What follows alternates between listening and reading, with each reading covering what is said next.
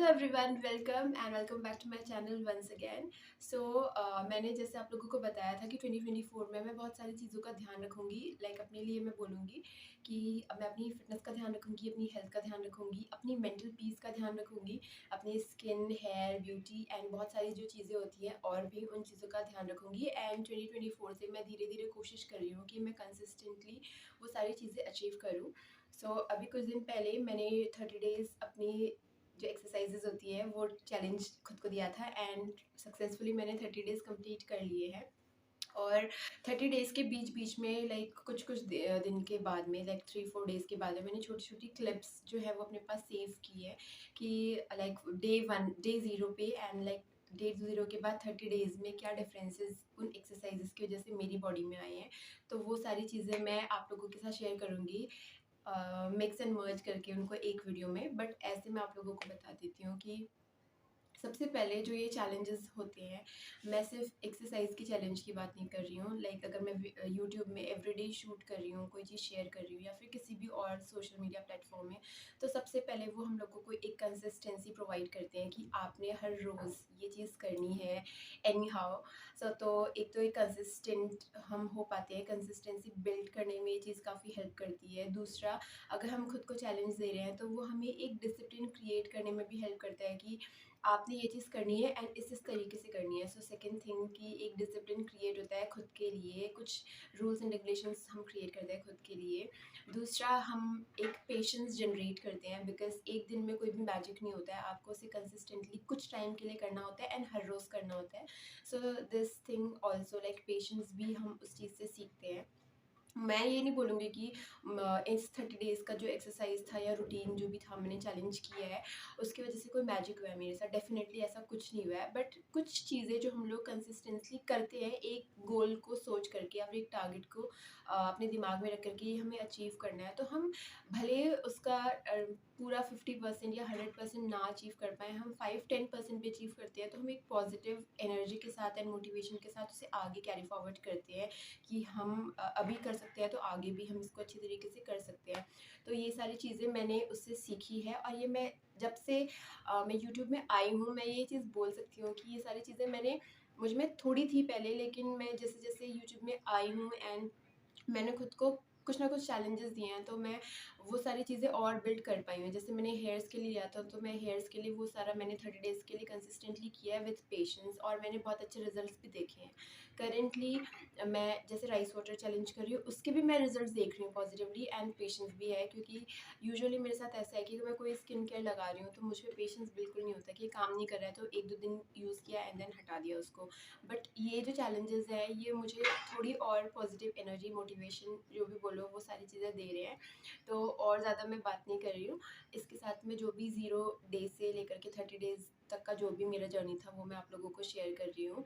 And अगर कुछ भी आप लोगों को उसमें डिफरेंस लगता है तो आप लोग बता सकते हो इसमें कि यस, हाँ, ये डिफरेंस था। मैं तो इसे आगे भी कंटिन्यू करूँगी, जस्ट नॉट फॉर 30 डेज़, आगे भी कंटिन्यू करूँगी। बट कुछ चीज़ें जो मुझे लगी है कि मेरे साथ हुई है वो मैं आप लोग ये सारा क्लिप देखोगे देन उसके आगे शेयर करूँगी कि क्या-क्या चीज़ें जो मुझे फ़ील हुई है, कुछ उसमें डिफ़िकल्टीज़ थी या क्या चीज़ें थी वो भी मैं आगे शेयर करूँगी।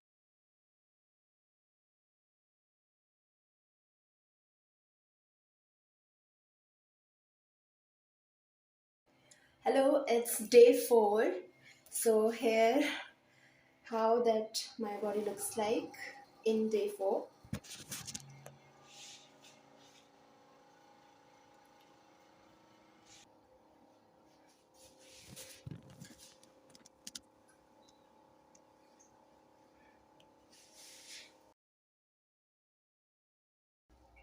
Hello, this is day 7 and this how I look.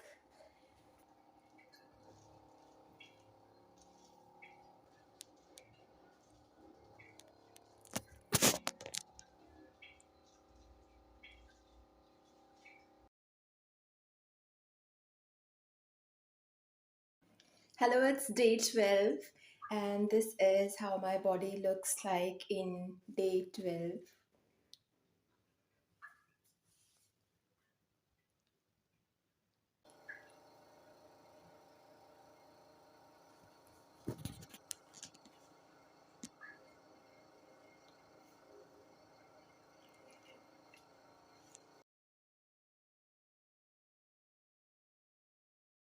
Hello everyone, this is day 20 and this is how my body looks in day 20.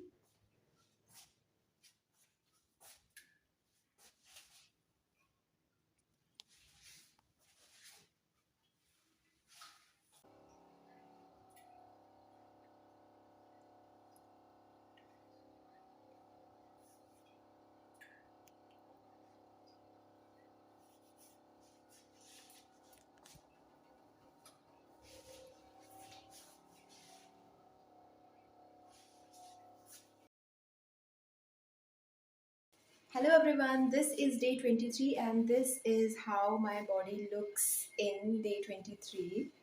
This is front and this is.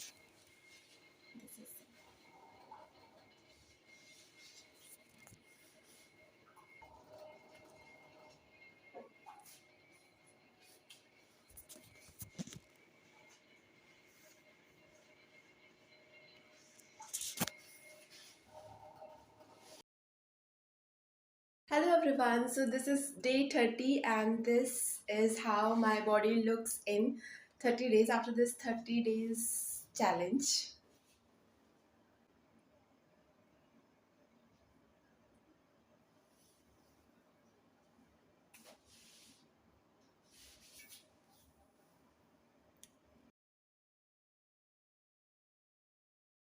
अगर आपने वीडियो यहाँ तक देखी है definitely तो आपने 0 से लेकर के 30 डेज़ का जो भी जर्नी था वो देख लिया होगा। और अगर आप अभी भी कनेक्टेड है तो इसका मतलब इसमें कुछ ना कुछ चीज़ें तो चेंज हुई होंगी जो कि आप आगे भी देख रहे हो और सोचने की कोशिश कर रहे हो कि क्या चेंजेस थे, क्या डिफ़िकल्टीज़ थी, क्या थी। बिकॉज़ 30 डेज़ का एक प्रॉपर चैलेंज लेना, कई बार ऐसा होता है कि 30 डेज़ हम पूरा तो वर्कआउट नहीं कर पाते हैं क्योंकि आपकी शिफ्ट्स होती हैं। अगर मैं ज़रूरी नहीं है कि वर्किंग प्रोफेशनल्स की बात कर रही हूँ, कुछ स्टूडेंट्स भी हो सकते हैं जो लाइक कोई भी फिटनेस प्रोग्राम फॉलो कर रहे होते हैं, वर्किंग पर्सन्स भी हो सकते हैं, या फिर अगर वर्किंग नहीं भी है, घर पे भी रह रहे हो, तो बहुत सारी चीज़ें होती हैं जो आप घर के काम भी होते हैं, तो आप 30 डेज़ प्रॉपर तो फॉलो नहीं कर पाते हो। तो मैं इस 30 डेज़ का जो जो भी एक्सरसाइज पैटर्न था उसके लिए एक ऐप है, ऐप को फॉलो कर रही थी। वो 30 डेज़ का पूरा आपको एक एक्सरसाइज का फॉर्मेट प्रोवाइड करती हैं। आपने उसमें अपनी नॉर्मल जो डिटेल्स होती है वो फिल करनी होती है, लाइक आपकी एज क्या है, आपकी हाइट क्या है, आपका जो करंट वेट है वो क्या है, एंड आपका जो मेन फोकस है वो क्या है, आप क्या चाहते हो, आप अपना जो टमी फैट है वो बर्न करना चाहते हो या फिर अदर एरियाज जो हैं, जो आपका टारगेट एरिया है वो आपको मेंशन करना होता है। एंड देन उसी के अकॉर्डिंग वो एक पूरा 30 डेज़ का एक शेड्यूल सा क्रिएट करते हैं कि आपको डे 1 में क्या एक्सरसाइज करनी है, 2 में, 3 में, और ऐसे करते करते 30 डेज़ तक आपको क्या एक्सरसाइजेस करनी है। और ये 1 से लेके 30 डेज़ का पूरा प्रॉपर एक्सरसाइज नहीं होता है, उसके बीच में आपको रेस्ट का डे भी वो मिलता है। और हर एक्सरसाइज के बाद वो आप लोगों को कुछ इंस्ट्रक्शंस भी देते हैं कि आपने किस एक्सरसाइज को कैसे करना है, कहाँ पे ब्रेथ होल्ड करना है, कहाँ पे रिलीज़ करना है, कितना रेस्ट करना है। ये सारी चीज़ें उस ऐप में बहुत अच्छी तरीके से मेंशन है। अगर आपको मैं डिफ़िकल्टीज़ की बात करूँ तो डिफ़िकल्टीज़ में यही चीज़ है कि 30 डेज़ तक एक्सरसाइज करना कई बार नहीं पॉसिबल हो पाता है, बिकॉज़ आपने अपने आप कोई शेड्यूल बनाते हैं। सपोज़ आपका कोई, आप अगर वर्किंग है तो वर्किंग, अगर आपकी एक नॉर्मल प्रॉपर एक शिफ्ट है, फिक्स शिफ्ट है, तो फिर भी ठीक है कि आप एक फ़िक्स टाइम निकाल सकते हो। बट आप अगर एक रोटेशन शिफ्ट कर रहे हो तो कभी हो सकता है कि आपकी डे शिफ्ट हो, कभी नाइट शिफ्ट हो, कभी इवनिंग शिफ्ट हो, या फिर कभी कोई ऑफ हो आपका, तो उसमें आपका पैटर्न नहीं बन पाता है कई बारी। तो एक ये प्रॉब्लम होती है कि एक फिक्स जब शेड्यूल नहीं होता है तो कंसिस्टेंसी थोड़ी-सी ब्रेक हो जाती है उस टाइम पे, कि आपने कुछ एक्सरसाइज़ की, कुछ दिन एक्सरसाइज़ की, कुछ नहीं कर पाई। तो मेरे साथ भी ऐसा हुआ, मैंने कंप्लीट किया है 30 डेज़, बट पूरे के पूरे एग्ज़ैक्ट कंसेक्यूटिव 30 डेज़ नहीं थे। उसमें कई बार ऐसा था कि कुछ डेज़ जो थे बीच के मैंने मिस किए हैं। और दूसरा, अगर मैं डिफ़िकल्टी की बात करूँ तो डिफ़िकल्टी की बात यही होती है कि जैसे आप स्टार्टिंग में शुरू कर रहे होते हो एक्सरसाइज, जब आप बिल्कुल आप कोई एक्सरसाइज नहीं कर रहे हैं, एंड देन आप स्टार्ट कर रहे हो उस टाइम पे, तो ये चीज़ होती है कि आप अचानक से एक्सरसाइज कर रहे होते हो तो उस टाइम बॉडी एक हो रहा होता है, बॉडी पेन होता है, तो उस चीज़ की वजह से आप छोड़ सकते हो, बट आपने छोड़ना नहीं है, उसको कंटिन्यूटी में रखना है ताकि धीरे धीरे रिजल्ट्स मिलें उसके। और स्टार्टिंग का जो आपका 10 डेज़ के बाद का 10 टू 15 डेज़ के का जो ड्यूरेशन होता है उसमें आपको सबसे अच्छे रिजल्ट्स मिलेंगे, बिकॉज वो टाइम ऐसा होता है कि उस टाइम पे आप लाइक लाइट से थोड़ी सी मॉडरेट एक्सरसाइज की ओर मूव कर रहे होते हो और आपकी बॉडी उस टाइम पे बहुत अच्छे से काम कर रही होती है, तो आपको बेस्ट रिजल्ट उसी टाइम पे मिलेंगे। और अगर आप और ज़्यादा एफर्ट्स दोगे तो शायद उसके बाद 30 डेज़ के टाइम पे भी आपको बहुत अच्छा रिजल्ट मिलेगा। मैं अपनी बात अगर बताऊँ आपको, तो मेरा जो first week and second week वाला जो टाइम था उसमें मुझे सबसे अच्छे रिजल्ट्स मिले थे। देन उसके बाद का जो टाइम था, मैंने फर्दर जो फैट था वो लूज़ नहीं किया, बट मैंने ये चीज़ फ़ील करी उस टाइम की कि मैंने गेन भी नहीं किया। इससे पहले ऐसे था कि लाइक सपोज़ अगर मैं अगर जैसे मेरा फूड जो है, खाने का जो भी पैटर्न है, खाने के पैटर्न में मैंने कुछ कोई चेंजेस वगैरह नहीं किए हैं। यूजुअली मेरा ऐसा होता है कि मतलब मैं ब्रेकफास्ट करती हूँ एंड डिनर करती हूँ। लंच मेरा स्किप इसलिए होता है क्योंकि मेरी वर्किंग आवर्स ऐसे हैं और मेरी शिफ्ट्स की वजह से मैं लंच यूजुअली नहीं कर पाती हूँ। तो मेरा बहुत टाइम से यही है कि मेरी लंच स्किप हो जाती है एंड ब्रेकफास्ट एंड डिनर मैं करती थी पहले भी एंड अभी भी सेम पैटर्न है मेरा। तो उसकी वजह से भी मुझे कई बार ऐसा लगता था कि फुलनेस वाली फीलिंग होती है जो, बट जब से मैं एक्सरसाइजेस कर रही हूँ, मैंने स्टार्टिंग के टाइम पे फैट काफ़ी ज़्यादा लूज़ किया, बट उसके बाद वो कंसिस्टेंट रहा, लेकिन मैंने एक्स्ट्रा गेन नहीं किया कोई भी। और जो एक फीलिंग होती है फुल वाली, वो फीलिंग मुझे नहीं आती एक्सरसाइज करने के बाद, तो ये प्लस पॉइंट है। तो आप लोगों के साथ भी ऐसा हो सकता है कि कुछ टाइम आप एक्सरसाइज करो और आप स्टार्टिंग के टाइम पे आप अच्छा लूज़ कर रहे हो एंड देन उसके बाद वो बिल्कुल कांस्टेंट हो जाएगा, तो आप ये सोचोगे कि ये काम नहीं कर रहा है, बट ऐसा नहीं होता है, वो एक्चुअली काम कर रहा है। बट काम करने का मतलब ये नहीं है कि वो आपको लाइक फैट के फॉर्म में ही दिखे, फैट लॉस की या वेट लॉस के फॉर्म में दिखे। अगर आप गेन भी नहीं कर रहे हो एक्स्ट्रा एंड वो कांस्टेंट है एंड आपको अच्छा फील हो रहा है, दैट मीन्स वो एक्चुअली काम कर रहा है। तो आप उसे कंटिन्यूटी में रखिए, कंटिन्यूस रखिए, ताकि आपको जो भी पॉजिटिव रिजल्ट्स होते हैं वो लॉन्ग टर्म में मिलते रहें।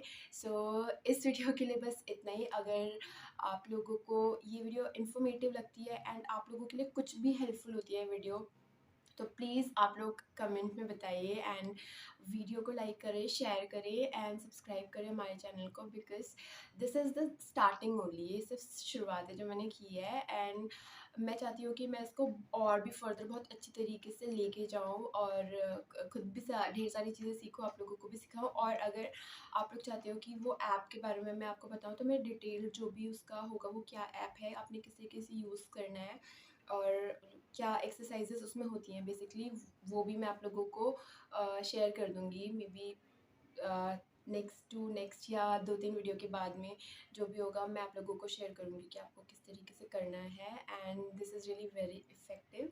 सो आज के लिए बस इतना, मिलते हैं नेक्स्ट वीडियो में। Till then take care, bye bye.